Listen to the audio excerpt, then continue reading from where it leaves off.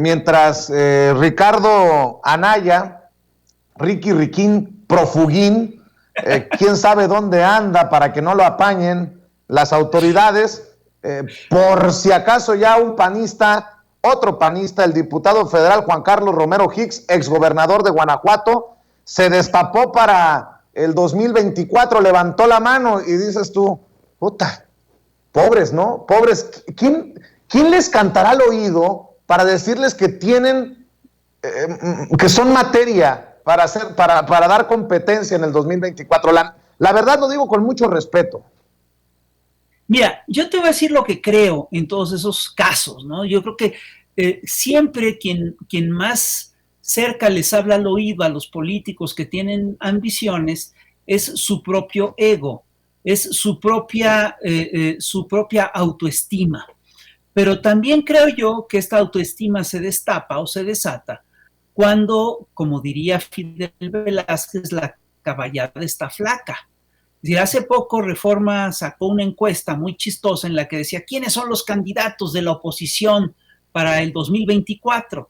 Y entonces había toda una serie de gente. Estaba Lili Telles con un 6% de intención de voto, imagínate, Lili Telles, que además entró, no se nos olvide, al Congreso gracias a Morena en esta ocasión. Y estaba también Ricardo Anaya, y era efectivamente el que tenía un poquito más de votos, tenía el 11% de una encuesta pequeñita, y en la cual el indicador más alto era el de que ninguno, de que nadie estaba por ninguno. Y es chistoso porque se ha hecho toda una campaña alrededor de la idea de que Ricardo Anaya podría ser un perseguido político, pero fíjate, esas campañas funcionan cuando es claro que no hay motivos legales para perseguirlos, como lo fue el caso del desafuero a Andrés Manuel López Obrador en tiempos de Vicente Fox. Si tú revisas lo que ocurrió con aquel desafuero, te vas a dar cuenta que ese era un juicio totalmente montado. Y no había absolutamente nada, era una cosa increíble. Se le acusaba de cerrarle el paso a un terreno cuando tú te dabas cuenta que ese terreno no tenía paso porque estaba cortado, y la acusación última es de que había construido una vialidad para llegar a un hospital privado, pero un hospital. Entonces, tú revisabas ese caso y era un caso que verdaderamente no tenía absolutamente ningún sustento. Por ejemplo, es un caso en el cual el responsable directo no era el entonces jefe de gobierno, que era Andrés Manuel López Obrador, sino un dirigente, un director de un organismo de la Ciudad de México, tal, pero ese no lo tocaban.